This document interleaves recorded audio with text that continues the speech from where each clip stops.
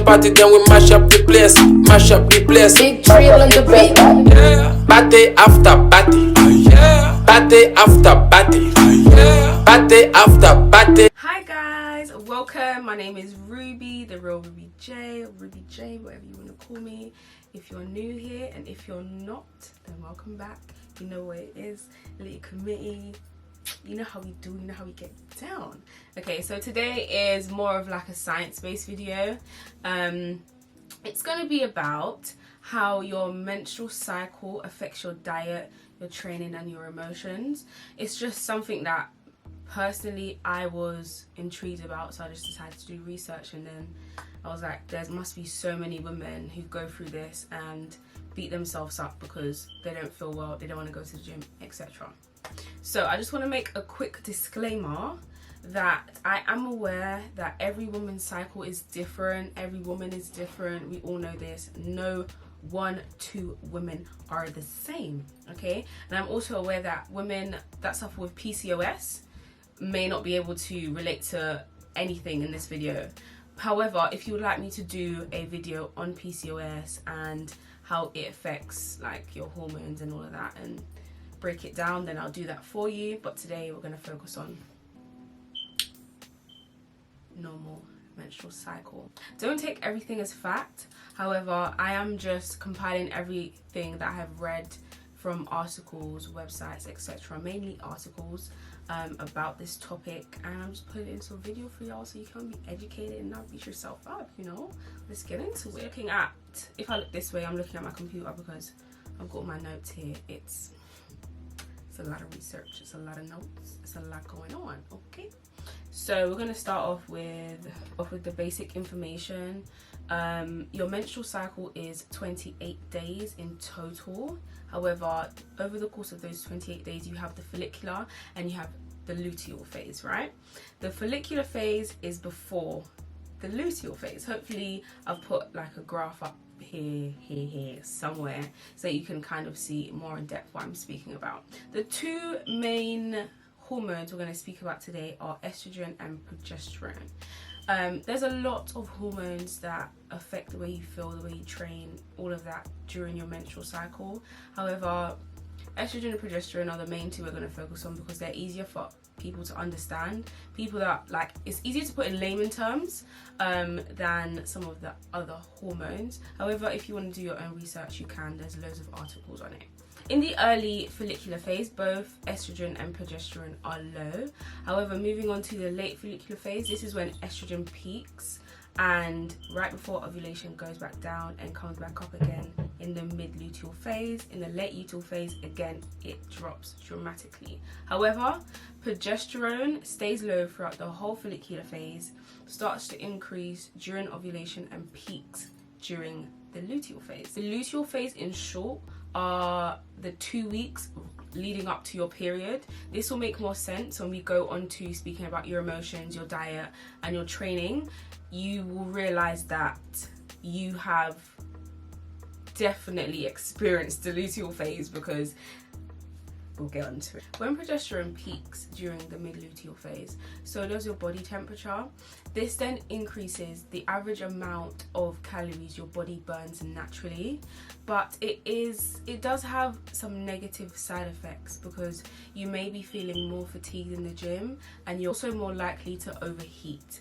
Now, this is especially important for women that live in warmer and hotter countries, because if you're aware of this and you're aware that you're in your luteal phase and your body temperature is going to be warmer, you then can move your training schedules or train different body parts in different areas, or just make sure that you're well hydrated and training in a place that is fully and well air conditioned. Another thing to note for all women is that during this time you will feel more fatigued. The exercises that you were repping out or you wouldn't get tired with, or the circuits you were doing, they will feel a lot harder on your body. Now, this isn't you, it's just your hormones and what your body is going through. So don't use this as a time to beat yourself up. Just know and understand what your body is going through and use it as motivation to say, it's not me, it's my body, but I understand and I can push through it. So now on to the topic of emotions and how you'll be feeling.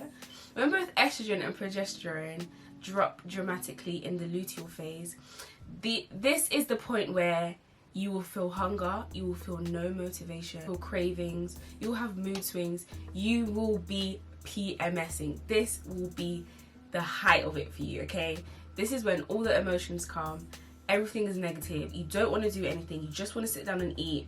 But if you understand that it's your body that's calling for these things, it's easier for you to kind of not feel as guilty for wanting these things, but also know how to regulate and say, okay, I'm not gonna have 24 chocolate bars, I will have maybe 10, you know, maybe 5, you know, because you can't restrict yourself. Your body wants these things for a reason. So just learn how to give your body what it wants without overindulging. Okay, so when it comes on to diet, there are 2 studies I'm going to refer to. The first study is a study done in 1983 by Linear and colleagues, and it found that women ate a significantly more amount of calories in their luteal phase than in their follicular phase. That is because, as I explained before, you're feeling more hungry, more mood swings, decreased motivation, you just want to eat more, your body wants you to eat more. And a second study by Barr et al. In 1955 reported the same findings. I can relate to this because you'll be smashing your goals, eating everything you need to eat for, let's say, 2 weeks, and then boom, you'll hit this point and you're just like, why do I want a chocolate bar? Why do I want all these things? But luteal phase, hello, it is here, it has arrived. Now you understand. So now you can regulate your diet, your training. I think it's really important for us to understand our bodies and know what's going on anyway, because we're not like men, you know, we're more complex. Moving on to training now. You are strongest, you are literally at your peak in life during your follicular phase, because that is when your estrogen peaks, okay? This is the time, during your luteal phase is the time where it's time for muscle gains, it's time for PRs, it's time for PBs, it's time for smashing all the weights you couldn't smash in your luteal phase. It's time for all of the big wins and all of the muscle gains. Studies also show that women are more lethargic and tired during their luteal phase, which is why you don't want to hit your PBs, or you can't because you fatigue easier, or you just don't want to go to the gym at all, you don't want to do anything. So utilizing your follicular phase is absolutely important. It is almost essential, okay? Essential. There was a study done in 2016 by Risson et al. That split women into 2 groups. They trained the same amount of times and the same body part. However, one group of women trained in their follicular phase only, and the other group of women trained in their luteal phase. The study found that the women that trained in their follicular phase gained a substantial amount of more lean body muscle mass. That is a tongue twister. Lean body muscle mass. Wow. Okay, yes. This is important, as I keep repeating, especially even if you're a personal trainer and you're a male, or you're a female, and you create training plans for women. You can now understand their cycle, understand when to put what exercise, or when to say this is your reload week, this is your PB week, etc, etc, etc. Especially for women powerlifters, or women bodybuilders, women that are in the realm of lifting heavy weight and having to make those gains. It is important to understand things like this. There's 3 things I want you to take away from this video. Number 1 is, I would recommend you using your period week as a ramp up week or reload week for the gains that are about to come when you hit your follicular phase.